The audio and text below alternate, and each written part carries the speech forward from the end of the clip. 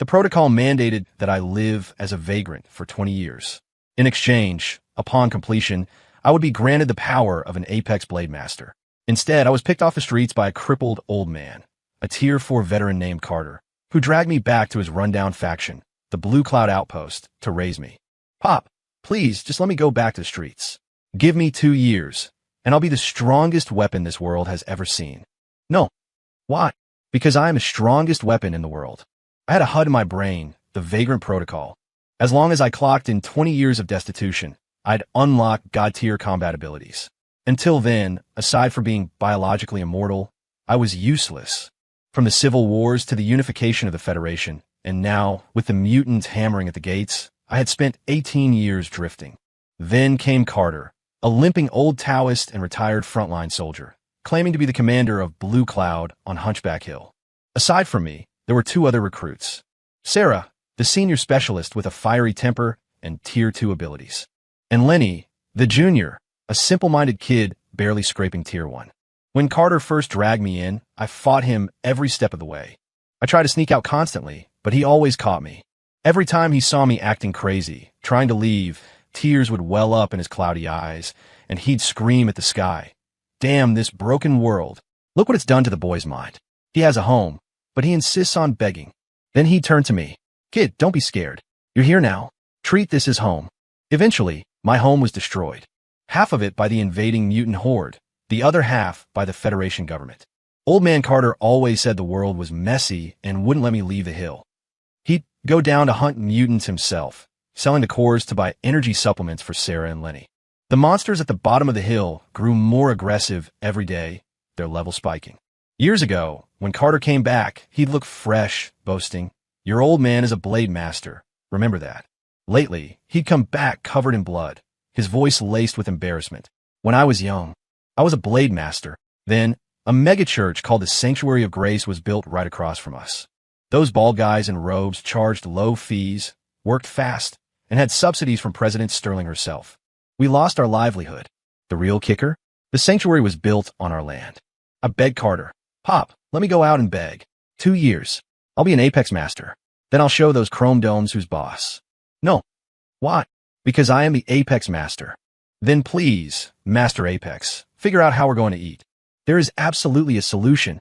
Carter thought for half a day, then finally pawned his service rifle and combat blade. He traded them with villagers for radish seeds. A cultivator planting radishes, a supposed blade master pawning his weapon. The joke reached the sanctuary across the valley, earning us their mockery. Sarah, explosive as she was, often stood hands on hips, screaming insults back at them. Lenny was even less subtle. He'd sneak over at night and throw rocks through the sanctuary's stained glass windows. When the disciples caused trouble, Carter would go apologize, then come back and tell us to avoid those shady monks. He said his time was coming, that he needed to go into deep meditation to break through to the next tier. He told us to tend to radishes and stay out of trouble. When he hit Tier 5, we'd smash their temple together and have a celebratory radish stew. Carter went into the isolation bunker and went silent. Later, the mutant horde launched a full-scale invasion. Countless aerial drones and fighters screamed over our heads.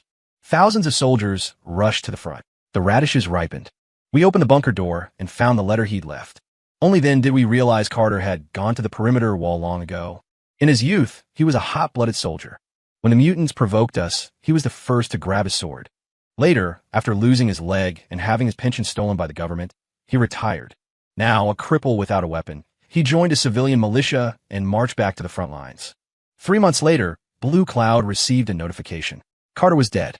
The front lines were starved of ammo and food, while President Sterling played house with her boy toys in the Capitol, ignoring the State of the Union.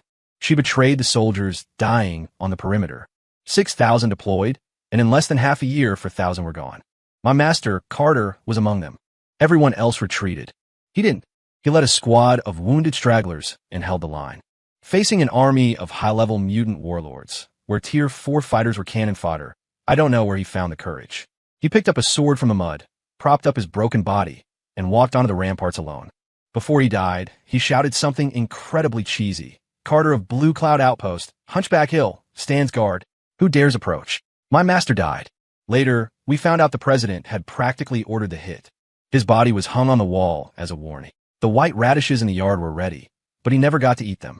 His last wish in the letter was for us to redeem his pawn blade and build him a cenotaph. But Blue Cloud was broke. Unless we got our land back from the sanctuary. Lenny went to argue with him and got beaten up. Sarah knew she couldn't beat them in a fight, so under the cover of night, she left Blue Cloud. She said she was going to the front to bring Carter's body home. A Tier 2 woman having that kind of guts. I didn't understand why the bald dog from the sanctuary still had the nerve to steal our radishes. I had no powers, so Lenny took up the responsibility of defending the garden. He said if the master could defend humanity, he could defend a vegetable patch. Lenny told me that once Sarah brought the body back, he planned to go to the perimeter too, to make a name for himself. I was confused. You're barely Tier 1. What's the point? Lenny said, Sarah's a girl, and she has that kind of courage. I'm a man. Why can't I try?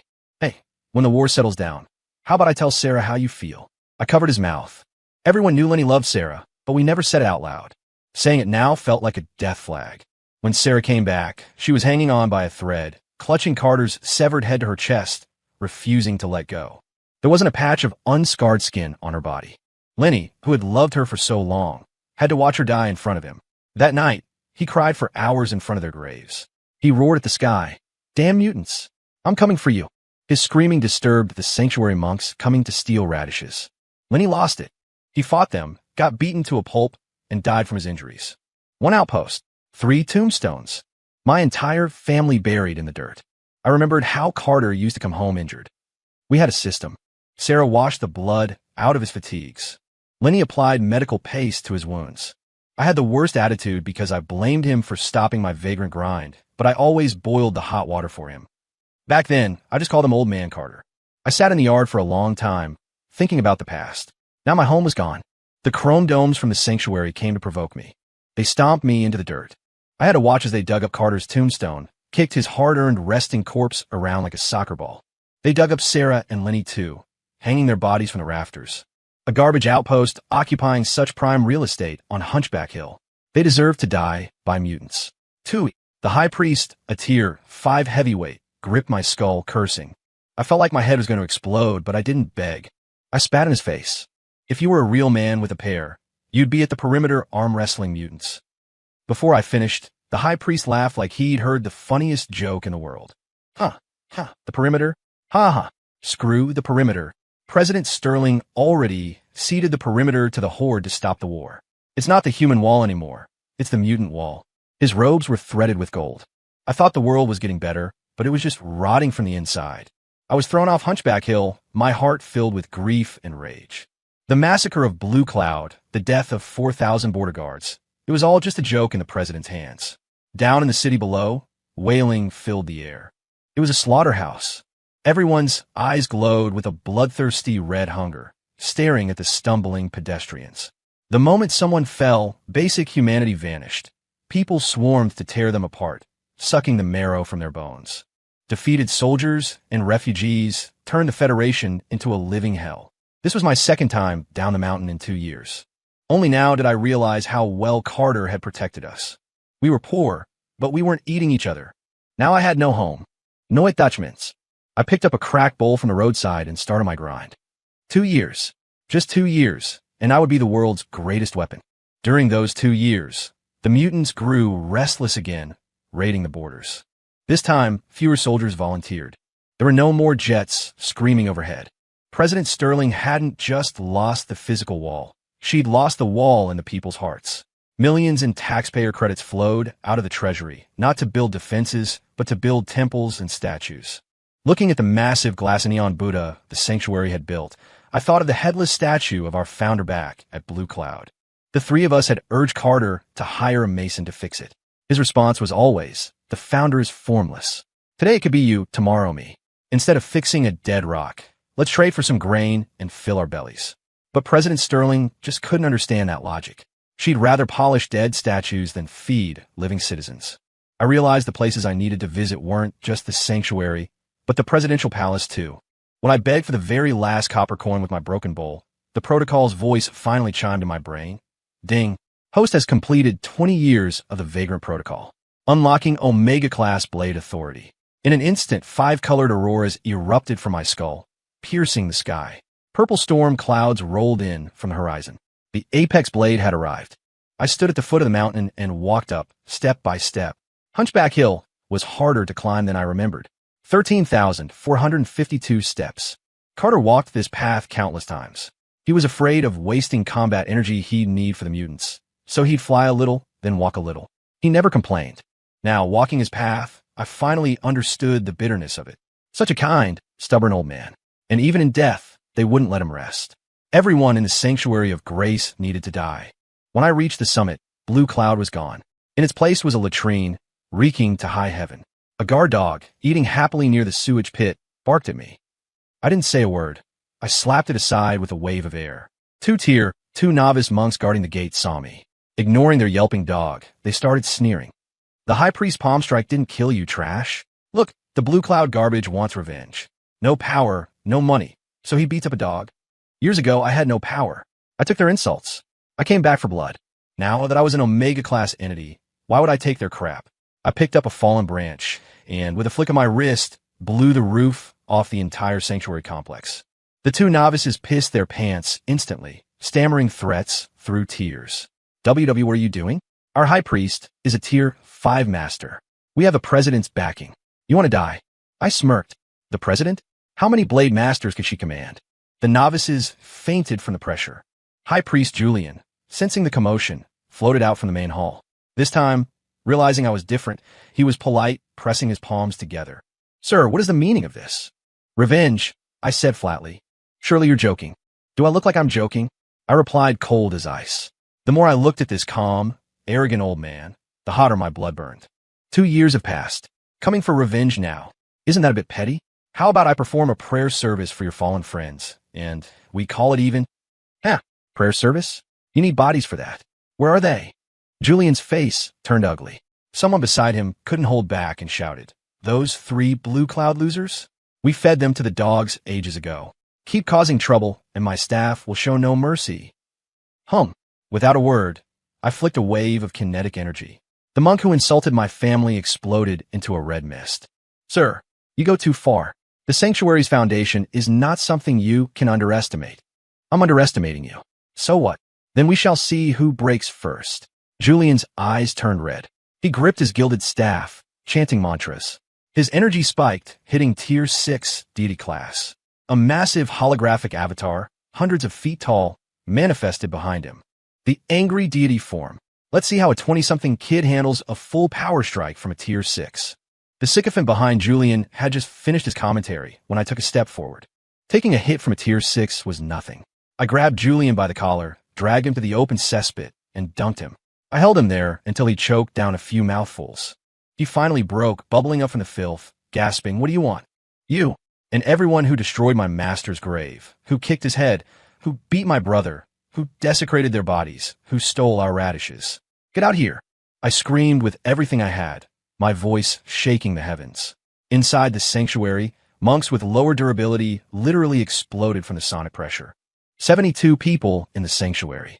The weakest was a high-tier novice. The strongest was the shit-eating high priest in my hand. 21 of them had participated in the events back then.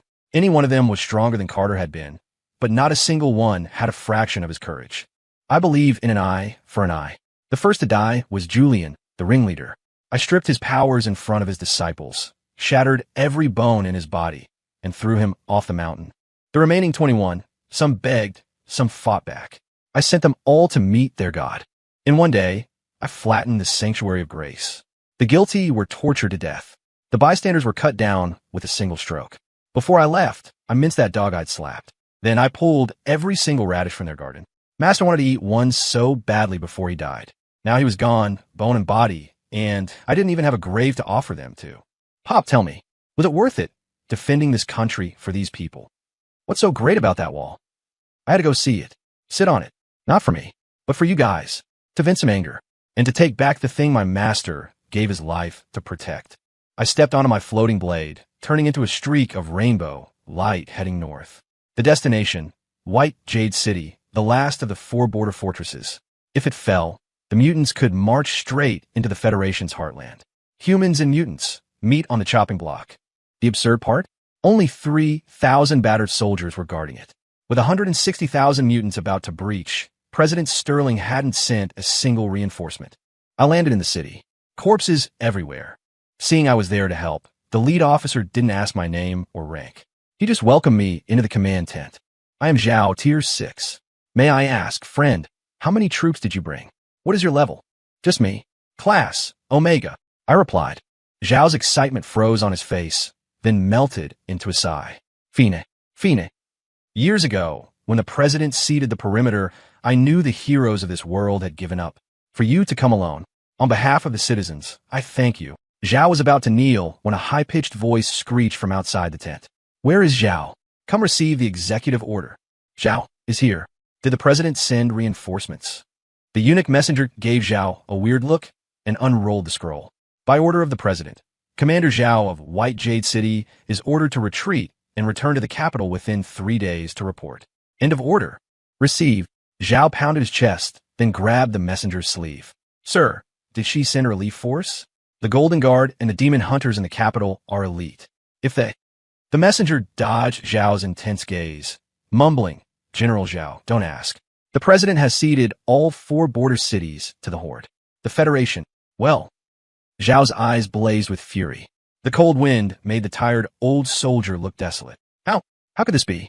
I brought 8,000 brothers out here, and I only have 3,000 left. How could she just give it away? What about the citizens? What about the families behind us? Damn it, does she think I want to be here? I'm doing it for my family back home. That senile old hag, she's lost her damn mind. Hearing him curse the president without filter, I knew Zhao planned to disobey orders and die fighting. He held up the executive order and walked among the battered troops, shouting, the president wants to give away our city. I, Zhao, do not agree. Do you agree? The soldiers looked at each other in silence. No one dared to speak. Facing the silence, Zhao did something unthinkable. He tore the silk scroll to shreds right in front of them. Once White Jade falls, the Horde marches straight into the heartland to rape and butcher your wives and daughters. I ask again, do you agree? Zhao's defiance lit a fire in them. Soldiers living on the edge of death roared in unison. We do not agree. If we don't agree, what do we do? Kill. Are you afraid to die? Death holds no fear. Good. You really are the men who crawled out of the corpse piles with me. Real men with stones. Listening to their call and response, I finally understood why my master was willing to stand on that wall and shout his name. If not for the corrupt leader in the high tower, then for the small light burning in the window of a home behind him. As the massive mutant army began its march, my Omega-level power surged out like a tsunami. Zhao shook his iron tower frame and looked at me. Stranger, are you really an Omega class? Did I ever say I wasn't? I smiled at him, tapped my toe, and floated up to the ramparts. Stranger, what is your name? Zhao shouted after me. Before, I was a nobody, but now it was different. Pop, you were right. The Apex Master is you, not me. From now on, I am Carter. I didn't look back. One hand behind my back, sword at the ready, I stood on the wall and let out a long howl at the 160,000 troops in front of me. Carter of Blue Cloud Outpost, Hunchback Hill, stands guard. Who dares approach? Maybe it was my shout, but the morale of the 3,000 survivors spiked. In moments, they rushed the wall, standing shoulder to shoulder with me. Zhao of Stone Creek, Tier 6, stands here. Zhao landed steadily beside me. Du of Willow City, Tier 5, stands here. My cultivation is low, only Tier 3, but I'm a man, ready to die. I don't have the equipment downstairs, but I'm still a man. At that moment, even a messenger from the capital clumsily climbed onto the wall. His declaration drew a laugh, but no one questioned his resolve anymore. The battle exploded. Countless energy blasts rained down on the wall. Many came from Tier 7 monsters. I blocked their attacks with a casual swing of my sword. But the shockwaves made the city tremble. Just as I prepared to snipe the 2 Tier 7 commanders, I saw a terrifying aura rise from the enemy's central tent. The Horde Warlord, a Tier 8 entity, had finally made his move. He recalled the 2 commanders and flew out to face me. On his order, the entire army ceased fire. Zhao and the others formed a defensive formation, trying to intercept him outside the walls. It was futile. A tiny Tier 6 dares to shake the tree. The warlord glared at Zhao, and Zhao was flung backward like a kite with a cut string. Oomph! A human ant dares to face me. That single glance nearly killed Zhao. But the warlord didn't finish him. He turned to introduce himself to me. Human, I am Mesh, Marshal of the Horde. Shall we talk? No. I smirked. rising 300 feet into the air. I brought my sword down. The shockwave shredded the enemy formation instantly. You see my power. Do you think a little tier 8 has the qualification to negotiate with me? I looked down at Mesh, showing zero respect. Invaders only deserve to see the dirt on my boots. Mesh kept smiling, but under my absolute suppression, I could feel his killing intent spiking. What? Cat got your tongue? If you have nothing to say, get lost. Another sword strike. Another 10,000 mutants erased. I gave him a cold warning. I'll give you 3 seconds to take your army and run. After 3, not even God can save you. 1. Young man, are you interested in working for the Horde? 2. You won't kill me. If you kill me, your president won't forgive you. Feeling my sword intent rising, Mesh's voice began to tremble. 3. Retreat. I'm retreating immediately. Mesh panicked and turned to flee. Did he really think I let him go? The moment he led an army across the border, he was a dead man walking. I flashed forward. 1 strike. In the blink of an eye, the marshal commanding 160,000 troops was sliced in half. White Jade City held. Zhao was the only casualty, injured from a fall. Everyone celebrated, feasting on supplies looted from the mutant corpses. After the meal, a worried Zhao messaged me telepathically. Friend, they retreated this time. But if they come back, what do we do? Don't worry. Tonight, I'm going to take back what belongs to us. I'm taking back the human wall. And while I'm at it, I'll take the mutant emperor's head. That night, while the city slept, I left. 16,000 routed troops, plus 100,000 garrison elites, plus 3 tier 9 ancestor level monsters sent by the royal court, and 60,000 high tier regulars. I learned from them that the mutant emperor had issued a kill order. At any cost, they were to kill the young human blade master. He overthought it. I only needed 1 strike to shatter the dreams of those 3 tier 9 ancestors. They hid among the army, terrified. Carter, you have power, sure, but can you really kill 320,000 elites in 1 breath? He was right. I couldn't kill them all in 1 breath. So I took a second breath. 1 sword, 2 breaths, 3 moves. I took back the wall from my master. I stepped on the chest of a tier 9 monster, keeping my face calm. Want to live? He nodded furiously. Go back and tell your emperor to wash his neck and wait for me. Yes, yes. Thank you, master, for sparing me.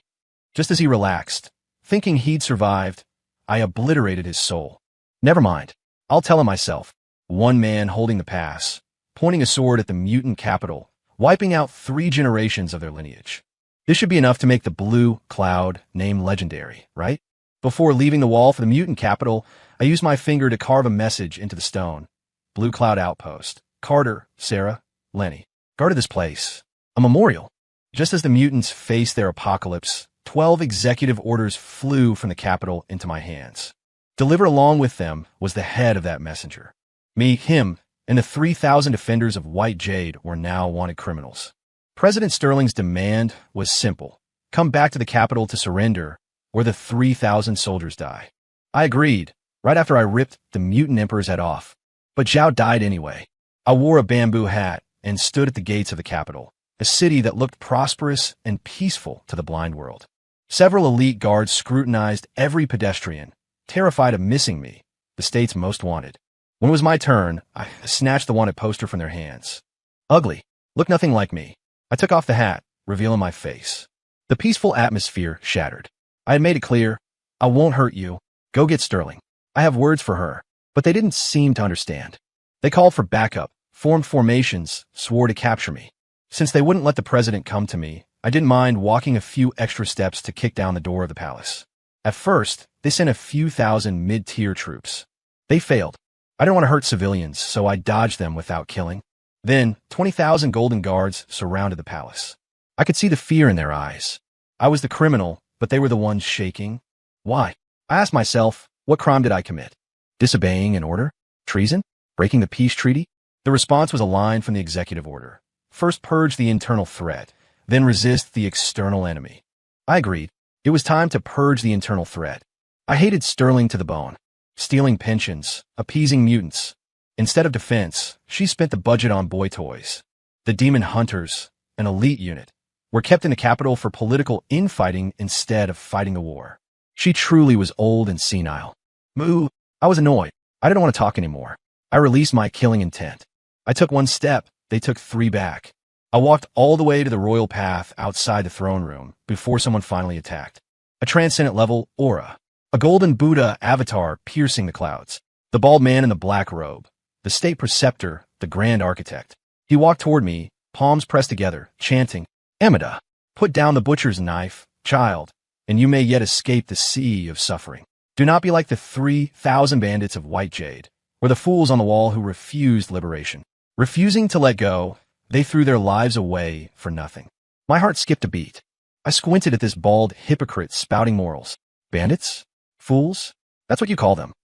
Are they not? If they had laid down their weapons, I believe we could have touched the hearts of the mutants and brought peace. The president gave the order. If they didn't retreat, they were rebels. I had no choice but to send them to hell. Hearing this, blood rushed to my brain. Years ago at the wall, it was him who killed my master. They gave their lives to stop the invasion, to save this country, and they died by your hand. Do you feel no shame? Seeing my killing intent spike, the grand architect continued. The mutants live in a harsh, cold wasteland. Our federation is rich. Ceding some land is only fair. It is a necessary step to enlighten the world. If you will not listen to my teachings, I also know a little kung fu. As he finished speaking, a massive golden palm pressed down toward my head. The shadow covered the entire capital. Leave now, child, or this hand will flatten the city. I tilted the tip of my sword upward. The architect's face shifted to disbelief. He pressed down with both hands, but couldn't move the projection an inch. Rise! An Omega-class blade master is invincible even in the heavens, let alone on earth where my word is law. As I spoke, every temple in the capital was ripped from the ground, floating up behind my sword tip.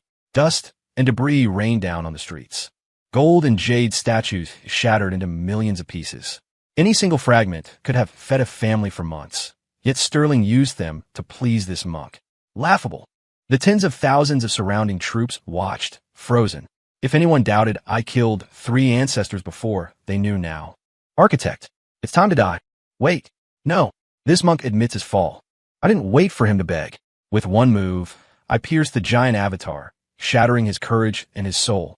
On the pure gold throne, the white-haired President Sterling was feeding a grape to a young, pale novice monk, drawing out a string of saliva. If I hadn't interrupted, they would have kept going. 60 versus 16. Doing that in front of the court. She really had no shame. Seeing me, Sterling glared. Audacious rebel, daring to break into the court and disturb my meditation with the holy child. It's him, the one who bewitched the president to build temples and ignore the state. I ignored her and addressed the ministers. Silence in the hall. Your Highness, did this monk bewitch you? Sterling didn't answer, continuing to fawn over the boy. The novice finally asked, Sterling, he asked you a question. Did I bewitch you? Sterling shook her head frantically. Never, never. Don't be angry. I'll have him arrested. Guards, guards, summon the grand architect. Sterling stood up, commanding the room, but no one moved. Are you revolting? Where's the architect? Capture this madman. Are you looking for him? I waved my hand, and the architect's head flew into the hall. The architect is a divine being. How could? Sterling collapsed onto the throne. The young novice went pale. Your Highness, this maniac killed my master. You must execute him for me. The boy tugged at her sleeve, eyes teary. Disgusting. Noisy. I gave him a look, and he exploded into a cloud of blood mist. The culprit who nearly destroyed the Federation. His blood really did stink. Guards, arrest him. Demon hunters, Golden Guard, whoever kills this rebel, I will make them rich. No one moved. Instead, the ministers took a step back, opening a path for me. I walked toward the throne, step by step. I ask you, did you cede the wall? Did you give away the 4 border cities? It was the architect. He gave the order. It has nothing to do with me. I ask again, the soldiers left on the wall, the 3,000 at White Jade. Who killed them? The architect. It was him. Oh, he killed them. I turned to glare at the court officials. If I don't get the truth today, you all die too. After a moment of terrified glances, an old minister with white hair pointed at Sterling and screamed. It was her, that which gave the order. It was this woman who ruined the nation, favoring boys over defense. After ceding the wall, to please the mutants, she sent the architect to execute every surviving defender. And the 3,000 at White Jade. She ordered that too. Sterling's eyes bulged. She shrieked in her raspy voice. It was just a few dozen crippled soldiers. If they didn't leave the wall in time, the mutants would have blamed the whole Federation, the whole race. Didn't leave in time? You say they didn't leave in time. They were the rear guard. They were slow. I was afraid of angering the horde. I did it for the country. Her voice got quieter until only she and I could hear it. So, if not for her order, my master wouldn't have died. Blue Cloud would still be here. I searched for revenge for so long, and the mastermind was right in front of me, sitting on the throne. I hated her for destroying my home. I hated her for killing my family. Half died by mutant hands. The other half died by the Federation's hand. The moment Sterling's head flew into the air, the whole world seemed to go quiet. In that instant, my mind drifted. I felt like I was back in that quiet afternoon. Old man Carter pawned his sword for seeds. Sarah was cursing while tilling the rocky soil. Lenny was being chased off to carry manure. I was boiling the last of our grain, waiting for them to come eat. Finally, I returned to Hunchback Hill. I rebuilt Blue Cloud Outpost. Here, my family lies at rest. Story complete.